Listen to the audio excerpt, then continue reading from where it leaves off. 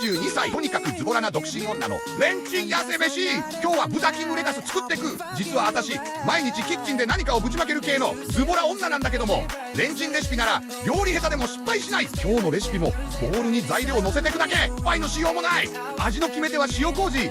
レタスはボウルに入るだけじゃんじゃん入れちゃって。最近せいろとかワンパンとか流行ってるけど、激狭キッチンすぎて到底そんな丁寧な料理作れないのよ。共感してくれる人いません？そうこうしてる間に完成。ズボラでも作れる痩せ飯を知りたい人はフォローすると得します。